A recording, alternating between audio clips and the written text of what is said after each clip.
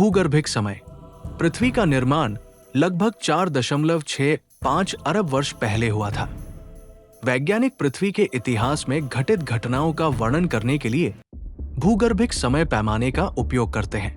यदि पृथ्वी के संपूर्ण इतिहास को एक घड़ी पर दर्शाया जाए तो मनुष्य रात्रि 11:59 और 40 सेकंड पर दिखाई देंगे।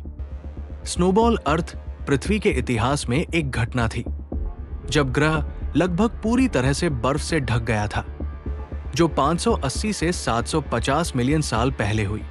इसका साक्ष्य तलछटी चट्टानों से मिलता है, जो ये दिखाती है कि बर्फ केवल ध्रुवों ही नहीं बल्कि भूमध्यरेखीय क्षेत्रों में भी फैली थी। इसका कारण सकारात्मक प्रतिक्रिया चक्र था, जिससे बर्फ का एल्बेडो बढ़ा और पृथ्वी ठंडी हो गई।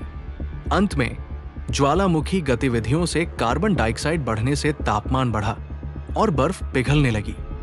इस दौरान जीवन, विशेषकर जीवाणु जीवन, ज्वालामुखीय ताप स्रोतों के पास बचा। स्नोबॉल अर्थ एक सकारात्मक प्रतिक्रिया लूप के कारण हुआ था, जो एक प्रक्रिया के रूप में काम करता है। बर्फ का एल्बेडो बहुत उच्च होता है, यानी ये सूर्य के प्रकाश को अधिक परावर्तित करता है, जिससे पृथ्वी अधिक गर्म नहीं होती। जब पृथ्वी पर बर्फ जमा होने लगी तो ये और भी अधिक सूर्य की किरणों को परावर्तित करने लगी, जिससे ग्रह और ठंडा हो गया। इस चक्र के कारण बर्फ की परत बढ़ती गई और ठंडक का सिलसिला चलता रहा, जिससे पूरी पृथ्वी पर बर्फ की परत फैल गई। यह प्रतिक्रिया तब तक जारी रही जब तक कि पूरा ग्रह लगभग पूरी तरह बर्फ से ढक नहीं गया। यदि सकारात्मक प्रतिक्रिया चक्र हमेशा जारी रहता तो पृथ्वी आज भी बर्फ से ढकी हो सकती थी। लेकिन स्नोबॉल अर्थ के दौरान बर्फ पिघलने की प्रक्रिया एक नए चक्र के कारण शुरू हुई।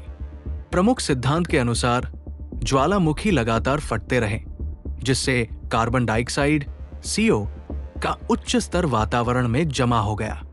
CO का ये उच्च स्तर ग्रीनहाउस प्रभाव को बढ़ावा देने लगा, जिससे पृथ्वी का तापमान बढ़ने लगा।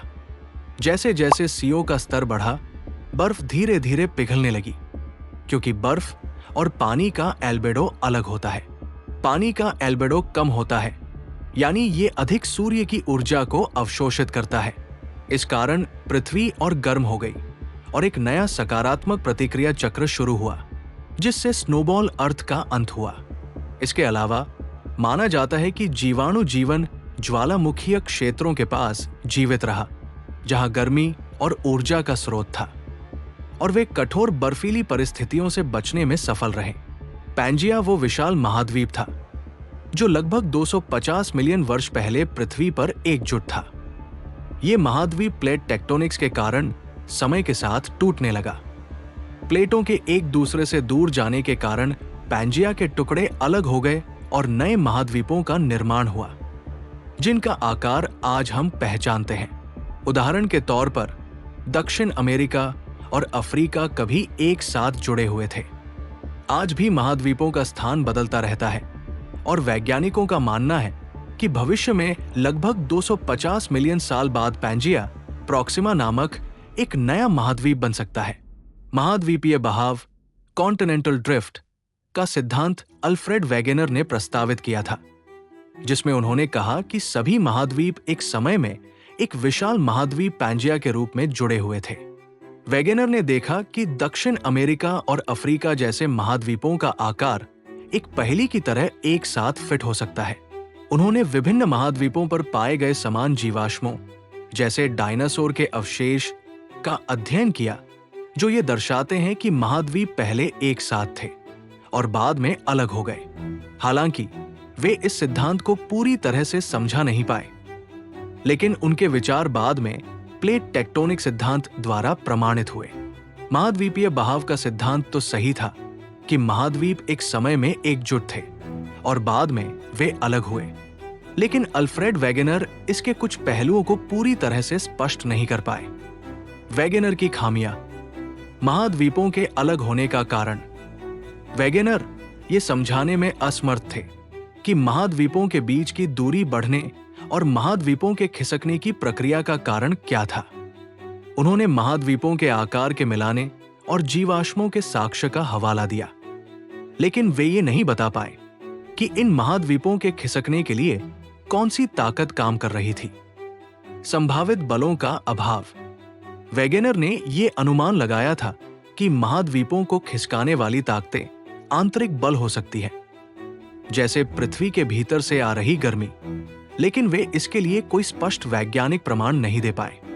इसका मतलब यह था कि उनका सिद्धांत पूर्ण रूप से समझाया नहीं जा सका।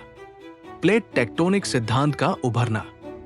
वेगेनर के सिद्धांत में खामियों के कारण वैज्ञानिकों ने प्लेट टेक्टोनिक्स का विकास किया। इस सिद्धांत ने यह समझाया कि पृथ्वी की बाहरी परत, पपड़ी, प्लेटों में विभाजित है और ये प्लेटें लगातार एक दूसरे से टकराती या दूर जाती हैं।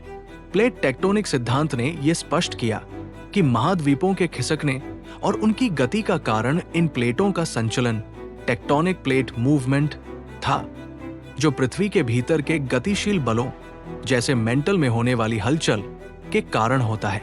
इस वीडियो कैसी लगी आपको? लाइक करिए, सब्सक्राइब जरूर करिए। मैं यादव जी नॉलेज ट्रिक पर हमेशा इसी तरह की वीडियोस लाता रहता हूँ। मिलते हैं नेक्स्ट वीडियो में, तब तक के लिए गुड बाय।